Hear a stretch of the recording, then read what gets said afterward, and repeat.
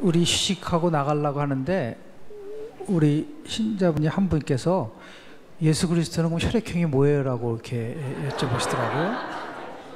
그런데 AB형이라는 소리 있어요. 대한민국 대통령 혈액형에 대해서 말씀을 드리도록 하겠습니다. 이승만 대통령 O형입니다. 전두환 대통령 B형이에요. O형입니다. 같은 O형이고요. O형이 세 사람이죠. 이승만, 전두환, 노무현 대통령이 O형입니다. A형 대통령이 2명입니다. 노태우, 김대중 대통령이 A형이고요. B형은 박정희, 이명박이 B형입니다. 박정희 대통령, 이명박 대통령. AB형이 있죠? 한 분 남았잖아요. 김영삼 대통령이 AB형입니다. 이렇게 얘기하면 마치 AB형에 대해서 부정적인 시각, 그것도 잘못된 거죠. 항상 긍정적인 걸 보라는 거죠. 백범 김구 선생님이 AB형입니다. 예. 그래서 AB형도 A형의 장점과 B형의 장점이 전부 다 결합이 되면 가장 파워풀한 강력한 힘을 발휘한다라는 것을 말씀을 좀 드리고요. 자, 오늘 저한테 남은 시간이 한 45분 정도 남아 있는데요. 우리는 그럼 무엇을 해야 되냐는 겁니다. 지금까지 첫 번째에 썼었던 기본적인 걸 바탕으로 해서 우리는 이제 무엇을 해야 되냐? 우리 신자로서 또는 우리 신앙인으로서 무엇을 해야 되느냐? 이 얘기할 때 항상 하는 말이 있어요. 저도 뭐 항상 이 부분을 가지고 고민하고 또 노력을 하려고 합니다. 종교인과 신앙인은 다릅니다. 먼저 정치인이 참 정치인이 있고 정치꾼이 있고 참 정치인 있는 것처럼요. 그러면 이제 또 너무 딱딱한 것 같으니까 제가 대학교에 있는데요. 우리 대학교에 있는 교수들끼리 서로를 서로 인정하지 않아요. 이상해요. 저 사람이 교수란 걸 도저히 이해가 안 간다는 거예요. 그 얘기를 합니다. 그러면서 뭐라 그러냐면 어떤 사람은요, 이런 얘기까지 합니다. 대한민국 대학 교수, 그거 참 심각한 문제예요. 어느 대학에 어느 과도진 간에요, 서로 화기애애하게 지내는 대학이 없습니다. 반드시 나눠져 있어요. 싸웁니다. 그 왜 그러냐면요, 충원 때문에 싸워지는 겁니다. 사람을 새 교수를 뽑을 때 찢어지는 거예요. 자기가 믿는 사람을 교수시키려고 하면서 컴퓨터가 굉장히 심합니다. 그래서 심한 경우에 어떤까지 하냐면 서로 막 어떤 때는 막 몸싸움까지 하는 경우가 있는데 국회만 있는 게 아니에요. 대학도 있습니다. 물론 이제 우리 국회는 뭐 최루탄도 나오고 뭐 전기톱도 나오고 막 그러지만 저는 19대 때 뭐가 나올지 궁금해요. 뱀이 풀어질까 봐 걱정이 됩니다. 저는요. 대학 교수는 세 종류가 있다. 첫째, 이상한 사람. 둘째, 아주 이상한 사람. 셋째, 정말 아주 이상한 사람. 이 세 종류밖에 없다. 얘기를 하거든요. 종교인이 있고 신앙인이 있는데요. 종교인은 그냥 습관적으로 종교예식에 참여하는 분들이에요. 그러니까 우리 가톨릭에서 얘기하는 우리 가치가 내재화되어 있지를 않은 거죠. 근데 신앙인은 어떤 경우가 있더라도 주님께서 가르쳐 주신 교리를 실천할수록 우리가 노력하는 사람들이 참 신앙인이죠. 그러기 위해서는 우리가 끊임없이 교리를 입각해서 행동해야 되는 나름대로의 의지가 있어야 되지 않겠습니까? 근데 우리가요, 리더십 얘기를 많이 하지 않습니까? 이번 정치 공동체에서 우리가 하는 핵심적 사항은 뭐냐면요, 연대와 참여를 통해서, 연대입니다. 연대랑은 영어로 얘기하면 solidarity 얘기하거든요. 같이 함께 하는 겁니다. 참여랑은 participation이죠. 참여를 해서 공동체를 만드는데 어떤 공동체냐? 평화 공동체를 만드는 거예요.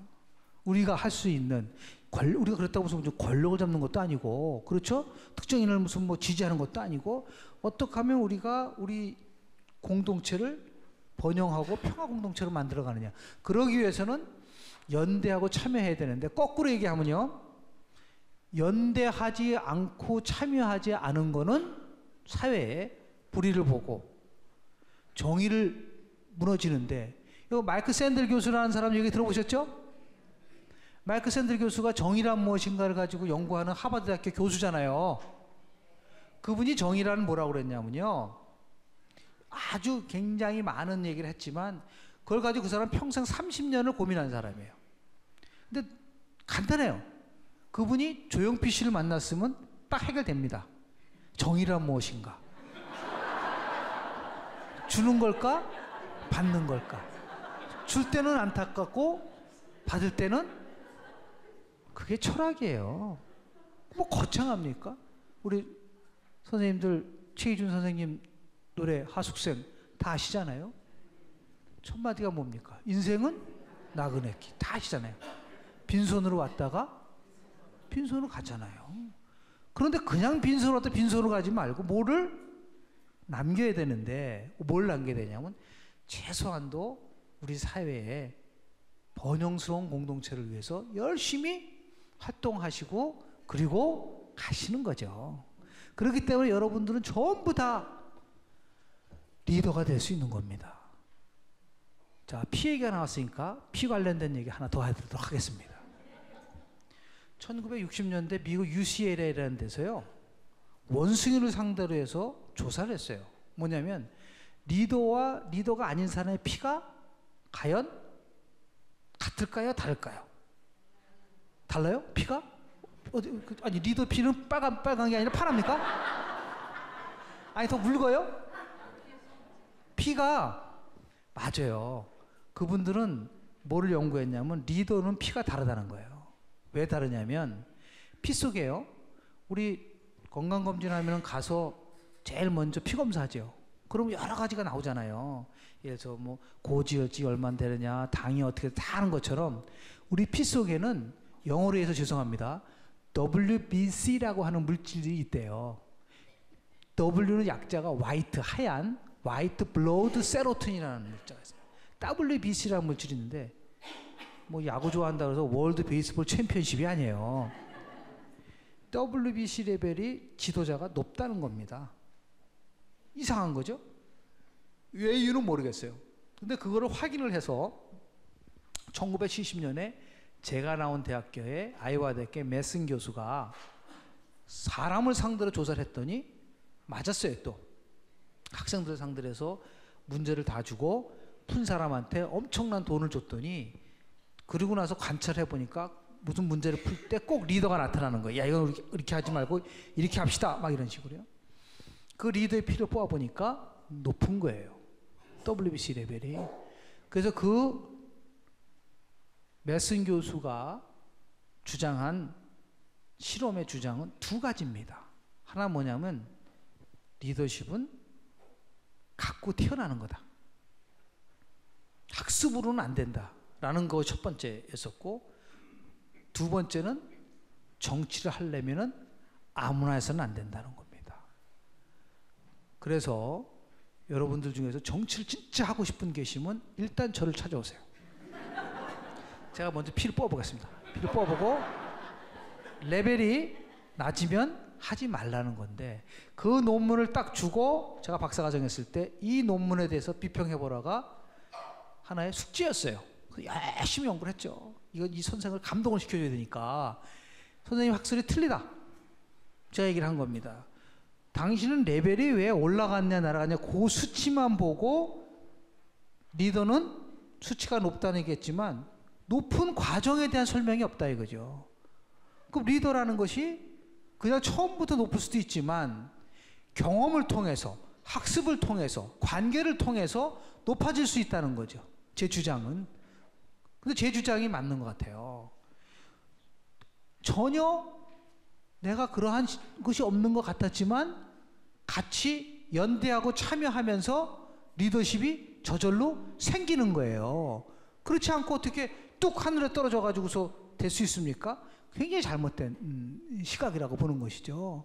그래서 우리가 리더라는 것은 나도 끊임없이 같이 활동을 하면서 생겨날 수 있는, 그것이 바로 리더십이기 때문에 저도 그렇고 여러분도 그렇고 같이 연대하고 참여를 해야 되는데, 왜 연대하고 참여를 해야 되느냐 하면요, 분노만으로는 세상을 바꾸지 못합니다. 아무리 분노만 하고 있으면 뭐예요? 세상을 바꾸려면 적극적으로 참여해서 가져가줘야 되죠. 그래서 한때 우리 김대중 대통령이 이런 얘기를 한 적이 있었죠. 굉장히 김대중 대통령 하면 떠오르는 말이 하나 있었어요. 아마 연세 많으신 우리 스님들은 이 말을 기억할 겁니다. 행동하는 양심. 그렇죠? 아무리 행동하지 않고 그냥 가만히 있고 있으면 안 된다는 거죠. 행동해서 세상을 바꿔야 된다라는 그런 거 있었고, 우리 김영삼 대통령 난 직설적이었죠. 당모가지를 비틀어도 새벽은 온다. 그것도 굉장히 그 나름대로 직설적인 저거 표현이에요. 두 분 다 대한민국 민주화 운동을 위해서 열심히 목숨을 바쳤던 분입니다. 얼마나 나름대로 열심히 하신 분이십니까? 그래서 우리는 이제 한국 사회가 변화의 길로 가야 되는데요. 산업화도 이렇고 민주화도 이렇고 이제 마지막 하나 딱 남아있는 게 있습니다. 그것은 모든 국민이 정말 선진화라는 것을 얘기를 하면 조금 어색하지만 이제는 자랑스럽게 국가에 대해서 참여할 수 있는 부분들이 생겨줘야 되는데, 우리가 너무너무 지나치게 갈등이 심화되고 있어요. 제가 최근에 스웨덴을 자주 갑니다. 왜냐하면 그 스웨덴이 어떻게 해서 저렇게 나름대로 복지국가도 만들고 그 사회 통합을 이루어졌는가 얘기를 했더니 저한테 두 가지를 얘기해 주더라고요. 첫 번째는 한국에서 많은 사람들이 온대요. 그 통합을 배우려고, 복지를 배우려고 하는데 과정은 안 보고 무조건 결과만 본대요. 스웨덴이 어떤 과정을 거쳐서 이렇게 이루어졌나를 보지 않고 부유세가 있어요, 없어요? 그 결과만 본다는 거죠. 그러니까 핵심을 못 보는 겁니다. 두 번째는 뭐냐면 하루아침에 된 걸로 생각한다는 거죠. 이게 어떤 복지도요, 스웨덴의 복지를 자세히 보면은 복지만 가지고 움직여진 게 아니에요. 교육제도, 행정제도, 지방개혁 전부 다가 함께 같이 묶여서 복지제도로 간 것이죠. 복지만 달랑 뽑아가지고는 불가능하다고 얘기를 하는 겁니다. 그래서 자기네들이 1932년도에 3인당이라는 게 사회주의 정당이거든요. 이 3인당이요, 상당히 오랜 기간 동안에 장기 집권을 했어요. 거의 한 70년 정도 장기 집권을 했는데, 최근에는 보수당으로 바뀌었습니다. 스웨덴도. 그런데 이 사회당이 처음에 이 복지를 만들 때 누구랑 같이 했냐면 보수당이랑 같이 한 거라는 거죠. 그러니까 자기네 거만 강조한 게 아니고 그 당시에 농민당이 보수당이었었어요. 그래서 사회당과 보수당이, 농민당이 함께 복지를 만들어 갔다는 겁니다. 그러니까 일방적으로 저한테 충고해 준 게 뭐냐면 복지라는 거는 특정한 정파의 전유물이 돼서는 안 된다는 겁니다. 그렇죠? 근데 우리는 자기네 복지가 항상 좋은 복지고 상대방의 복지는 나쁜 복지로 생각하지 않습니까? 그러다 보면서 편을 갈라버리잖아요.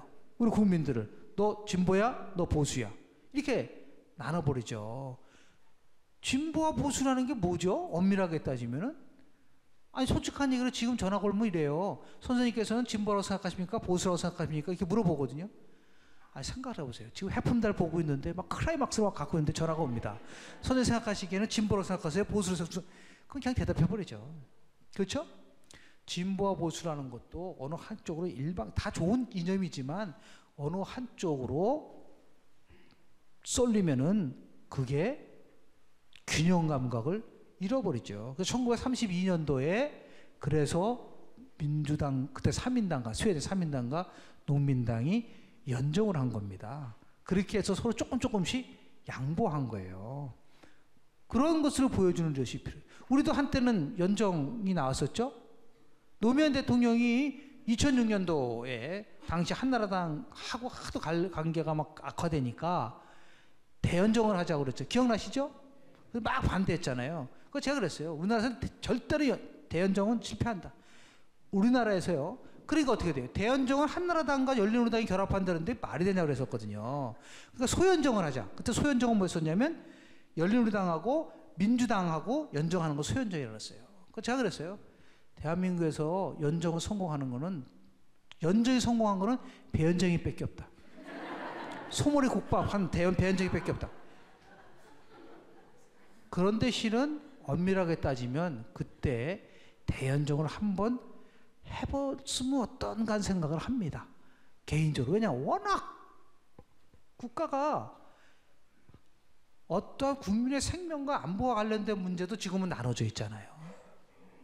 제가 이런 얘기를 많이 합니다. 다 싫어하죠, 진보와 보수가. 대한민국의 진보가 좀 부족한 부분이 뭐냐면 전 세계적으로 진보가 지향하는 가치가, 핵심적으로 지향하는 가치가 세 가지입니다. 어느 나라 진보라도 인권, 반전, 반핵입니다. 이거는 전 세계 진보가 보편적으로 강조하는 거예요. 그런데 지금 우리 대한민국 진보는 북한의 인권, 반전, 반핵에 대해서, 북한의 미사일, 북한이 우리 연평도에다 쏜 것에 대해서 어떤 때는 침묵하잖아요. 이러니까 국민들이 어떤 때는 지지를 못 받는 것도 있고. 대한민국 보수가 가장 잘못한 게 뭐는 거냐? 대한민국 지금 보수는 자유를 강조합니다. 그런데 대한민국 자유가, 인권이 가장 유린됐을 때가 언제죠? 유신 독재 때 유린 많이 됐잖아요. 그때 우리 보수는 침묵했잖아요. 그러니까 반성해야죠.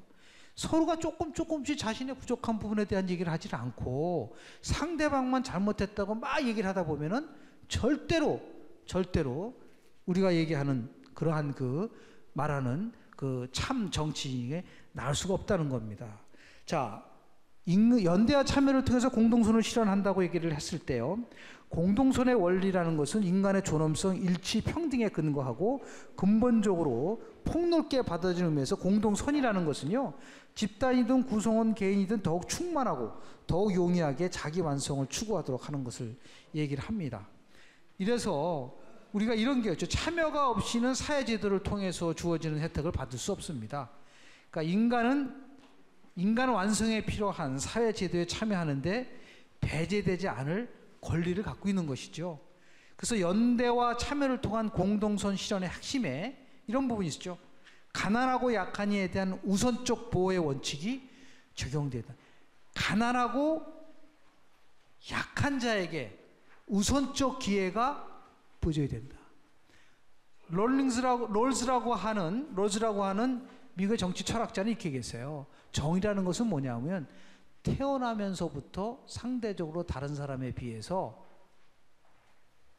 경쟁력이 약한 사람들한테 우선적으로 기회를 주는 거라고 얘기를 했습니다. 우선적으로 기회를 주는 거라. 예를 들어 타고나시면서 장애를 갖고 태어나신 분들은 그분들한테 우선적으로 기회를 줘야 된다는 겁니다. 여성이 남성보다도 신체적으로 약하죠. 그래서 그런 여성들한테 먼저 우선적으로 기회를 줘야 된다고 주장하는 것이 롤즈인데, 마이클 샌들 교수가 얘기하는 그 정의라는 것은, 정의로운 국가라면 뭐라고 얘기를 했었냐면요. 도덕적 윤리적 가치가 경쟁할 수 있는 사회. 예를 들어서요, 어떤 도덕적 가치가 좋냐, 도덕적 윤리적 가치가 필요하냐를 가지고 얘기를 해야 되는데 그 자체를 그냥 막아버리면은, 더 나아가서 중요한 것은 의견 불일치가 인정되는 사회가 정의로운 사회라고 그랬어요. 의견 불일치는 있습니다. 완전한 것을 완벽하게 가져간다는 것은 불가능한 것이죠. 그래서 우리가 정치 공동체를 만드는 것을 한마디로 요약으로 한다고 한다면 가난하고 약한 이에 대한 우선적 보호의 원칙이 적용돼야 된다. 왜 지금 우리가 SSM은 안 된다? 왜 대벌 기업들이 그렇죠. 대기업들이 떡볶이 장사하고 커피 팔고 이런 부분들이 있지 않습니까?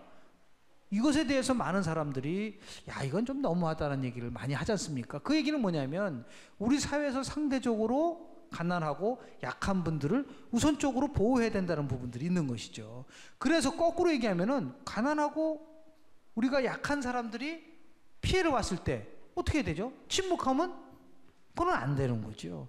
특히 우리가 추구하는 가장 핵심적 교리가 사랑인데 이것을 같이 함께 가지 못한다고 한다면은 제가 볼 때 저 사람 저 신앙이 맞아 라는 소리를 들을 수가 있는 거거든요. 더 나아가서 말이죠. 우리가 되도록이면은 같이 함께 공동체 리더십을 발휘할 때 리더십의 요체가 뭐냐? 우리가 일반적으로 얘기하면 리더십은 이런 겁니다. 간단해요. 리더십이라는 것은 사람을 설득하면서 같이 가는 거예요. 리더라는 게 이끄는 사람이라고 얘기를 하지만, 이겁니다. 어떻게 이끄느냐는 거죠. 대우가 옛날에 잘 나갔죠. 지금은 망했잖아요.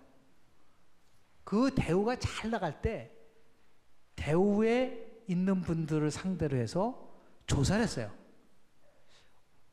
리더십에 가장 중요한 게 뭐냐 이거죠. 리더십에서 가장 중요한 게 뭐냐. 비전을 가지고 끌고 가는 힘, 강력한 도덕심을 가지고 국민을 설득하는 거 등등 많죠? 근데 의외로 가장 많이 나온 게 뭔지 아세요? 배려입니다. 배려. 조그만 거 하나를 얘기하는 거예요. consideration이죠. consideration. 우리가 그런 조그만 배려 속에서 사람을 움직입니다. 제가 한 기사를 보니까 한 중소기업의 사장님께서는 매일 아침에 하는 일이 뭐냐면 자기 종업원, 생일을 맞이하는 종업원한테 전화를 건대요. 그래서 오늘 생일이신데 아침에 생일 잘 치르셨냐고. 그 조그만 거지 않습니까? 그거를 전화를 받은 가족의 입장에서 봤을 때는 즐겁죠. 열심히 그 회사를 위해서 노력하고 싶은 마음이 생기는 거죠. 근데 우리가 그걸 잘 못하죠. 예를 들어서요, 누굴 만나고 나서 그 다음날 전화해서 잘 들어가셨냐고 한번 해보세요. 그럼 그 사람이 갖고 있는 마음의 정이 생기는 거죠. 여기 지금 제주도에서 제일 높은 빌딩이 호텔이 몇 층쯤 됩니까? 네? 제주도에서 큰 빌딩 호텔이 있습니까? 네? 아, 이거 뭐 그게 중요한 게 아니에요. 그 큰 빌딩에서 바깥에 엘리베이터를 타고 있는데 쫙 엘리베이터가 내리고 나서 문이 딱 열렸는데 거기에 제가 굉장히 평소에 좋아하는 사람이 딱 서 있다고 생각합시다. 모르겠어요. 요새 뭐 해품다리 위에 인기가 좋은 김수현이가 서 있는 거예요. 어떻게 하시겠어요? 네?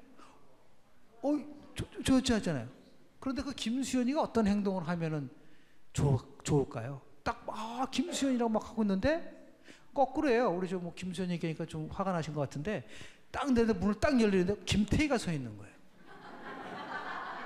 그럼 어떻게 할 것 같아요? 그렇죠. 그런데 김태희가 싸늘하게 아는 체도 안 하고 그냥 싹 타면 어떻게 돼요? 에이, 싸가지 정말 없네. 그렇지 않겠어요? 좀 부드럽게 좀 해줄 걸. 그런데 거꾸로 그 김수희하고 김태희가 인사를 하면서 저 김태희입니다. 저 김수현입니다. 그럼 어떻게 했어요? 싸가지도 있네. 진짜 저 사람 괜찮아. 그게 배려예요. 그게 컨시더레이션입니다. 거창한 게 아니에요. 아주 작은 데서 자기가 줄 때. 우리 이회창 총재는 참 억울한 부분이 많으신 분이에요. 그분은 3번 나와서 3번 떨어졌잖아요. 그분은 우리 한국 선거사의 전무후무한 기록을 갖고 계십니다. 그분은요, 경기고등학교 나와서 서울대법대 나와서 사시에 합격했는데 26살에 사시가 되신 분이에요. 그때는 몇 명 뽑은지 아세요? 30명 뽑을 때입니다. 지금 1000명 뽑잖아요. 얼마나 수제입니까? 근데 그분이 너무 오랫동안 법조계에 계시다 보니까 정치랑 안 맞는 거예요. 그분이 기록이라는 게 뭐냐면 97년 대통령 선거 떨어졌습니다. 2002년 대통령 선거 떨어졌어요. 2007년 떨어졌는데 그냥 떨어진 게 아니라 전부 다 상고 출신에서 떨어진 거예요. 목포 상고, 부산 상고, 동지 상고. 전무후무한 거예요. 그렇죠? 김태호 총리 내정자가 부상합니까? 야, 이번엔 농구인가 보다. 농구 출신이거든요. 그 줄 서려다가 망한 사람도 있죠. 선거는요, 학벌 가지고 되는 게 아닙니다. 사람의 마음을 움직이는 거예요. 그런데 정말 이해창 총재는 억울한 거예요. 왜 그런지 아세요? 40년 동안 법조 생활을 하시니까 이게 딱 굳어져 있는 거예요. 아니 법조인이요 재판을 하는데 재판관이 말이죠, 만약에 판사가 딱 서 있는데 검사가 얘기하는데 고개를 껐덕거린다든지 변호사가 얘기하는 동정 절대로 안 돼요. 항상 근엄하게 딱 보게 되는, 그게 뭐에 배신 거예요. 그러니까 그분이 정치권에 들어오니까 정치인들 만나면 막 이렇게 그걸 못 하시는 거죠. 어려운 거예요 그분은. 그러니까 사람들 그 사람 만나고 나면요 막 어색해하는 거예요. 빨리 나가야겠다. 반응을 안 일으키니까. 여러분도 사람 만날 때요 제일 주의해야 될 게 뭐냐면 반응을 일으켜줘야 돼요. 얘기를 하면은 맞장구를 친다든지 막 그래야 되는 거죠. 그걸 제일 잘하는 사람이 누구냐? 대한민국에서 최고 잘하는 사람이 김영삼 대통령입니다. 그분 만나고 나오면요 전부 다 뭔가 큰 일을 한 것처럼 하고 나와요. 왜 그런지 딱 두 마디로 해서 완전히 사람을 쫙 변화시킵니다. 첫 번째는 뭐냐? 막 얘기를 하면 맞장구 쳐주는 거야. 내가 그걸 몰랐대. 그러면 어떻게 돼요? 신이 나는 거예요. 야, 저 사람이 모르는 걸 내가 얘기를 해주니까. 나가면서 마지막으로 손을 딱 잡으면서 마지막으로 감동을 줍니다. 너같이 얘기해주는 놈 아무도 없대. 그러면 돌아버리는 거예요. 그렇죠? 그게 배려예요. 거창한 게 아닙니다. 우리가 생활 속에서 너무나 엄청나게 생각하고 있지만 아니죠.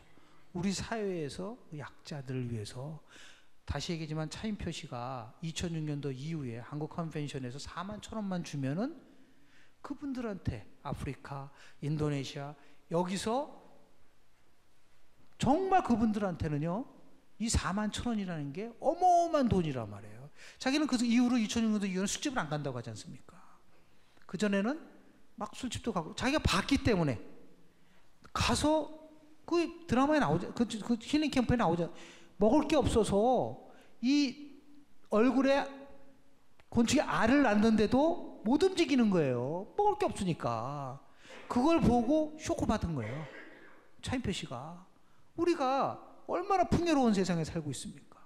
그러나 여전히 우리 사회에서 소외받고 그리고 약한 분들이 계시거든요. 그분들을 제외하고 나서 너무 지나치게 이념적인 쪽으로 막 가버리면은 그것도 필요하지만 더 필요한 거는 뭐냐면 우리랑 같이 살고 있는 이웃이 고통받고 있고 그리고 멀어져 간다고 한다면은 안 되는 거죠. 조그만 배려의 리더십을 보여줘야 되는데 그것은 어려운 일이 아니라고 봅니다. 생각만 조금만 바꾸면 돼요. 이거 뭐 최효종이가 얘기한 것처럼 무슨 뭐 애정남이 아니지만 여하튼 간에 조금만 우리가 생각하는 것을 바꾸면 됩니다.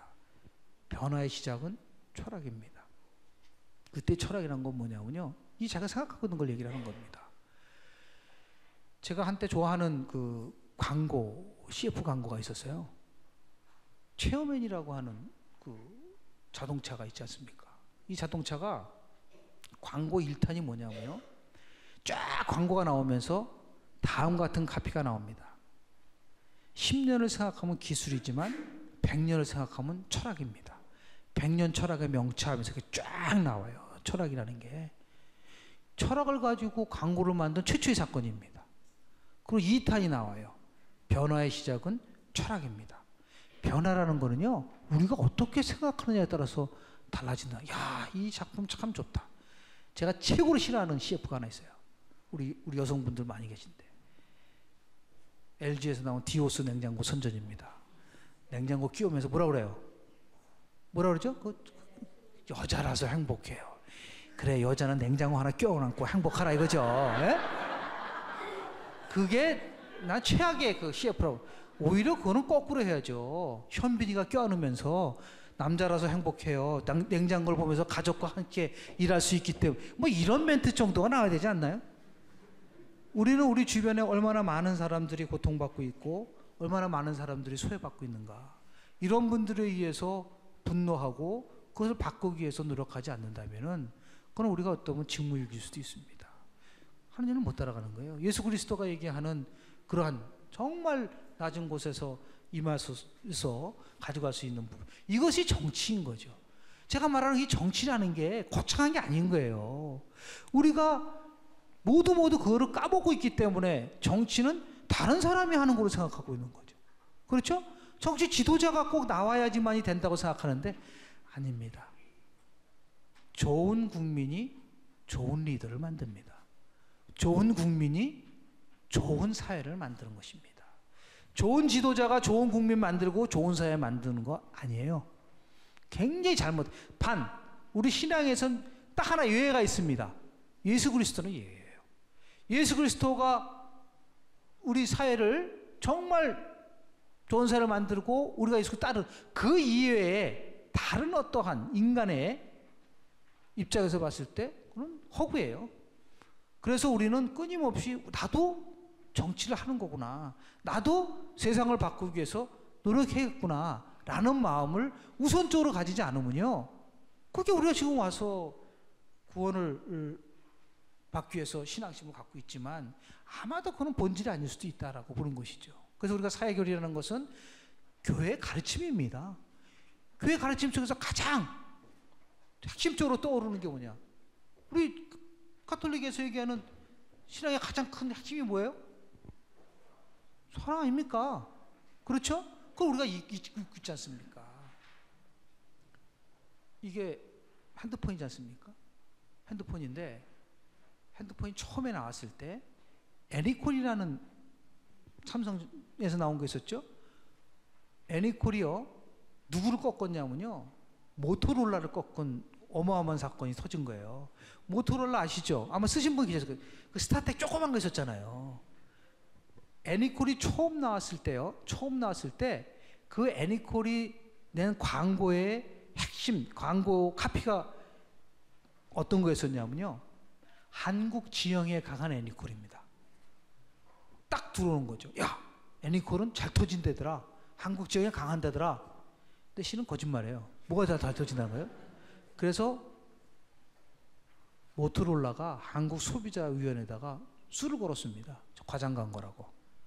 농심 블랙면이 설렁탕 한 그릇에다가 갖다 그래가지고 혼났잖아요. 과장 광고라고. 했는데 소비위원회에서 불러가지고 한국 지역에 강한 증거를 대라 그러는데 없다 그랬어요. 없습니다. 없는데 이거 만약에 여기서 우리가 모토로라한테 지면 대한민국은 더 이상 발전이 없습니다. 완전히 그 애국심 모드로 바꿨는데 그때 여러분 잘 아시는 옛날에 뭐가 있었죠? 안테나가 있었잖아요. 안테나에 좀 맥기를 좀 했대요. 맥기, 금맥기를 조금 이게 잘 터진다 그래가지고서 가져갔거든요. 제가 말씀드린 거는 뭐냐면 뭐든지 전부 다 어떠한 자기의 활동이나 상하 속에서 교리 속에는 딱 브랜드가 있는 거예요. 파워가 있는 거죠. 그걸 위해서 우리가 가야 되죠. 화이트 많이 드시죠? 이제 날씨 더우니까 화이트 딱 떠올랐을 때 제일 먼저 떠오르는 광고가 뭐예요? 광춘 120m 천연한반수 딱 나오시죠? 그렇죠? 기억하시잖아요. 저기 벌써 10년 전인데도 기억나시죠? 그럼 우리 신앙이는 뭐냐 이거예요. 우리 기독교 신앙이 가장 아까 얘기한 120m 천연한반수 한국 정치에 강한 애니콜처럼 그게 바로 우리가 기본적인 핵심 가치인 겁니다. 핵심 가치를 위해서 노력하는 게 정치의 기본인 거예요.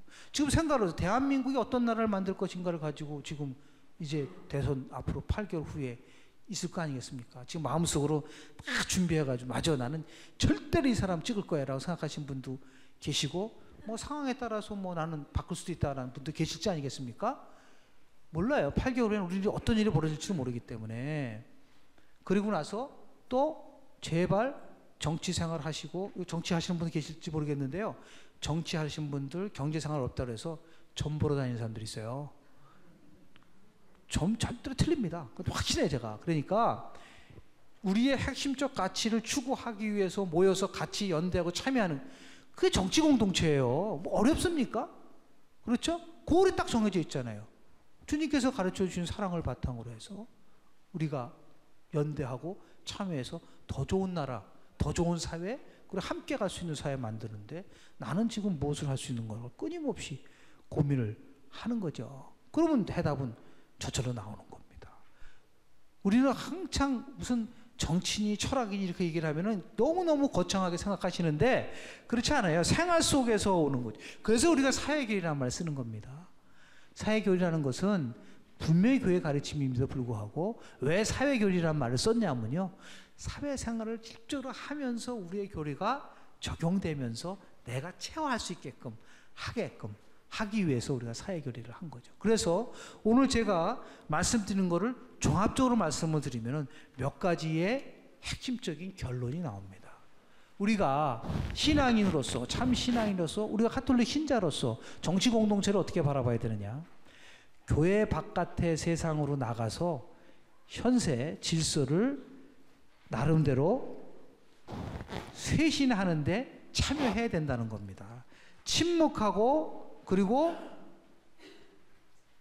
참여하지 않고 세상이 바뀌기만을 바라면은 그것은 우리가 참 신앙일 수가 없다는 것이죠.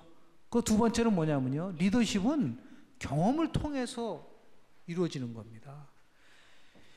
행복이란 무엇이냐라고 얘기를 하면 조경수가 얘기하는 게 아닙니다.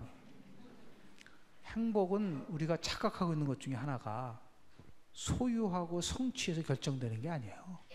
어떤 것을 소유했다고 해서 행복이 생기는 게 아닙니다. 성취했다고 생기는 것이 아니고 관계가 잘 돼야지 행복한 겁니다. 이것은 제가 얘기한 게 아니에요.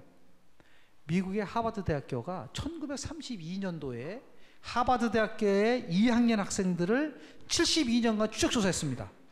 이 사람들이 어떤 삶을 살았는가 1번, 2번, 3번 쫙 가지고 했는데 그 중에 한 사람이 누구냐?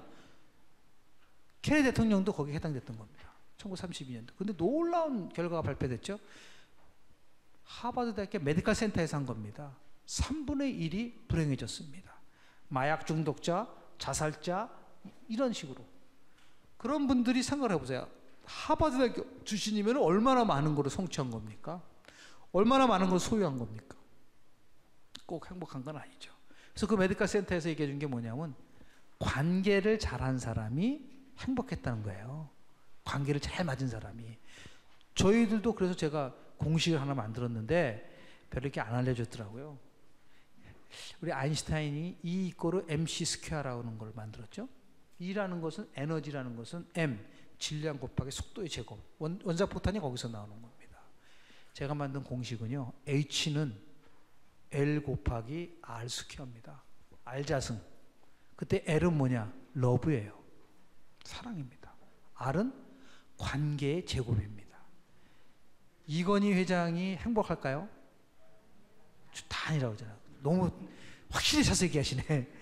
지금 보면 너무너무 좀 안쓰럽잖아요. 형님 보러 그 양반이라고 얘기를 하고 뭐 또 그렇잖아요. 많은 걸 성취하셨잖아요. 그런데 관계는 지금 안 좋잖아요. 그 사랑스러운 딸도 자기 스스로 목숨을 끊었잖아요. 그래서 그분이 행복한 것처럼 보이지만 아닐 수도 있어요. 왜? 소유하고 성취만으로 이루어지는 것은 아니죠. 우리 신앙인이 갖고 있는 가장 큰 관계는 뭡니까? 누구와의 관계예요? 하느님과의 관계죠. 하느님과의 관계가 무너지면 우리는 행복하지 않아요. 신앙이기 때문에. 그렇죠? 그럼 하느님의 관계 플러스 또 뭐예요?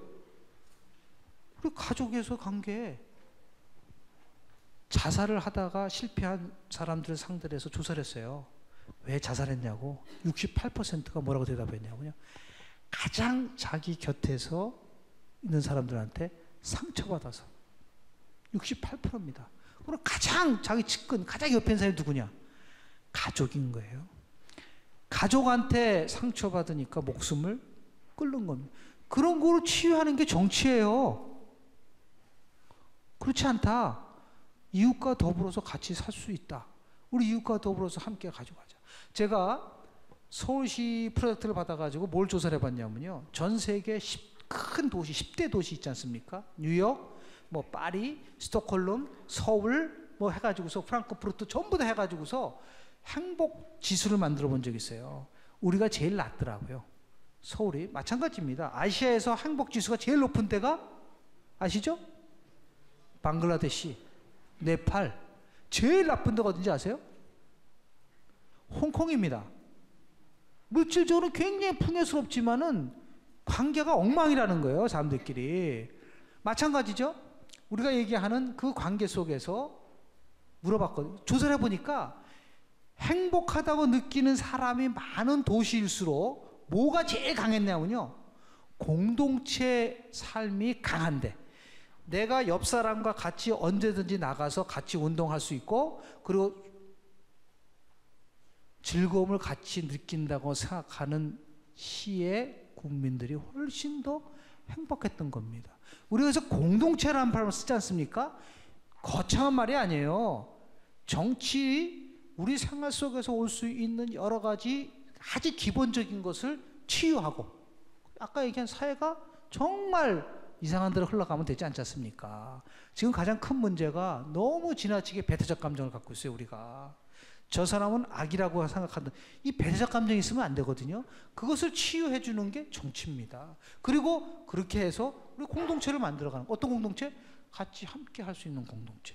나 혼자서만 잘 사는 게 아니고 옆에서 같이 함께 가져갈 수 있는 공동체를 만드는, 이게 누구의 역할이냐? 정치 지도자의 역할이냐? 아닙니다. 정치 지도자가 할 수 있는 영역은 있어요. 왜냐하면 정치 지도자라는 것은 자원을 합리적으로 배분할 수 있는 권한이 있기 때문에 그럽니다. 우리가 정치라는 것은 가치의 권위적 배분이라는 말을 쓰거든요. 그 말은 뭐냐면 자원이 제한되어 있기 때문에 이명박 대통령이 됐을 때하고 노무현 대통령이 됐을 때 자원 배분 방법이 다르지 않습니까? 다음 정부가 누가 들어올지 모르지만 그 정부가 들어옴에 따라서 어떤 때다 더 비중을 많이 들으냐. 박원순 씨가 들어오면 복지에다 많이 쓴 것이고 그 제한된 자원을 할당한단 말이에요. 근데 문제는 뭐냐면 어느 한쪽으로 일방적으로 가져가면 어떻게 돼요? 사회가 갈등이 생기죠. 그분들이 하는 일은 그거고 우리는 자원은 없지만 끊임없이 관계를 가져가면서 같이 함께 공동체를 만들어가는 거, 그게 정치인 거예요. 그러니까 여러분도 정치하셔야죠. 이제 다시 돌아옵니다. 결론적으로 말씀을 좀 드리면 우리가 갖고 있는 5가지 오류, 첫 번째, 제가 그렇지 않습니까? 정치는 나쁘고 더럽다. 아닙니다. 정치는 깨끗하고 정치는 좋을 수도 있는 거를 우리가 만들어 가야죠. 그렇죠? 두 번째, 정치인들만 정치하는 거다. 아닙니다. 우리가 적극적으로 정치 참여해요. 우리 학생들한테도 얘기를 합니다. 그래서 정치의 본질은 뭐냐면요, 권력을 잡는 게 아니라 우리 사회, 우리 조직 내에서 일어날 수 있는 갈등을 잘 조정하는 거. 그러려면 어떻게 되죠? 아까 얘기한 배려가 있어야죠. 배려 리더십을 통해서 우리는 성김의 리더십을 통해서 그러한 갈등을 해결할 수 있기 때문에 우리도 다 같은 당당한 정치를 하고, 저는 그래요. 제가 정치를 하고 있는 걸지도 모른다고 얘기를 합니다. 누가 얘기를 해요. 선생님은 정치에 참여하지 않습니까? 이렇게 얘기를 하고 있는데, 저 정치하고 있는데요? 그런 얘기를 합니다. 정치 영역은 두 종류가 있습니다. 영향력을 행사하는 거가 있고 파워를 행사하는 경우가 있는데요. 영향력을 행사하는 거가 훨씬 좋은 거예요. 권력을 가지고 막 움직이는 것보다도. 그 세 번째 우리가 갖고 있는 오류가 뭐였었습니까?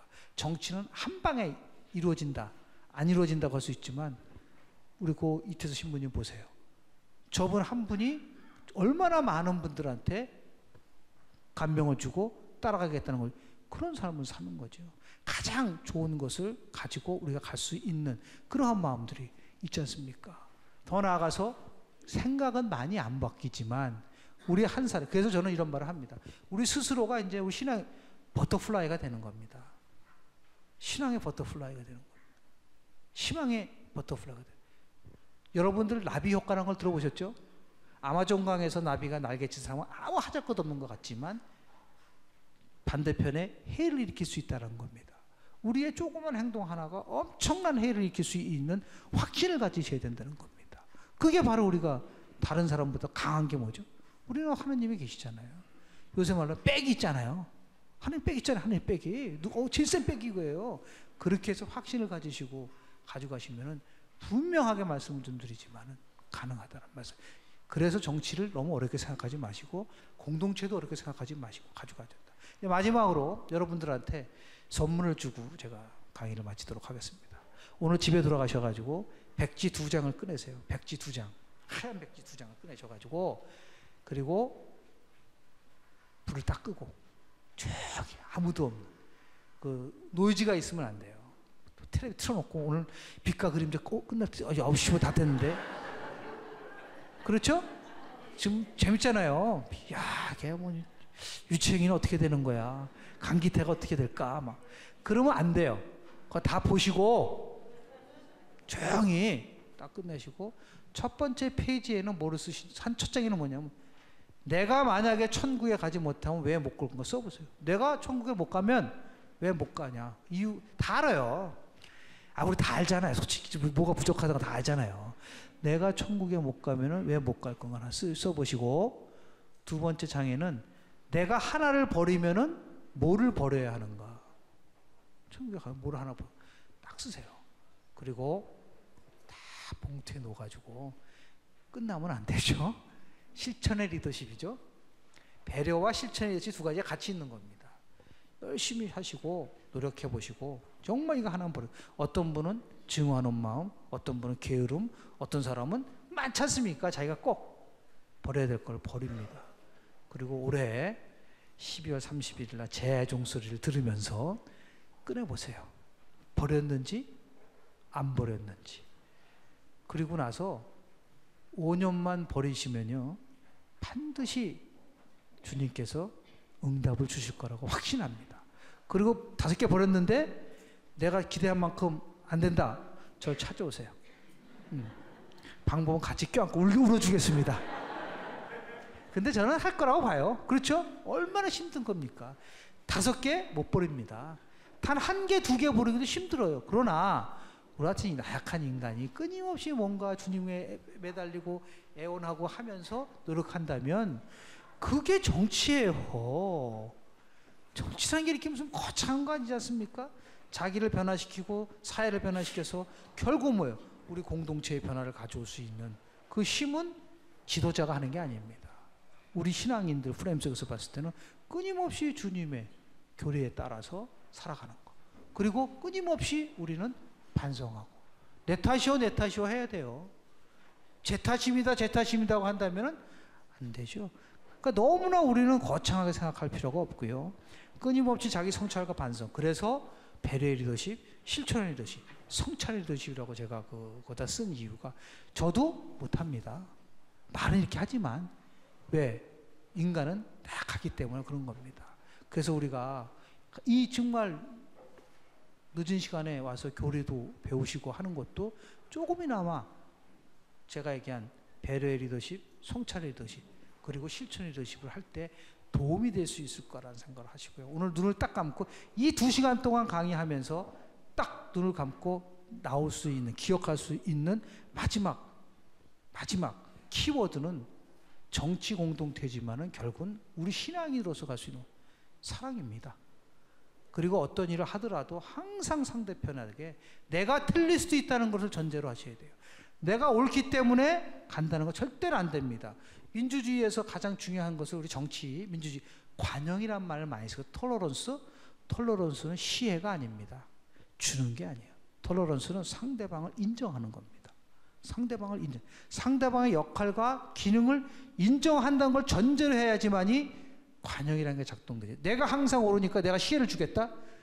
그거는 아주 교만한 겁니다. 그리고 그거는 주님께서 절대로 용납하지 않습니다. 그런 의미에서 여러분들이 이제는 마음을 바꾸셔가지고 나도 지역 공동체와 내 옆에 사는 공동체를 위해서 정말 참여하고 연대해서 세상을 바꿀 수 있다. 내가 참여하면 세상을 바꿀 수 있다라는 그런 마음으로서 같이 참여를 하신다면 우리가 생각하는 좋은 공동체가 만들어졌다는 확신을 가지면서 장시간 동안 경청해 주셔서 너무너무 감사합니다. 고맙습니다.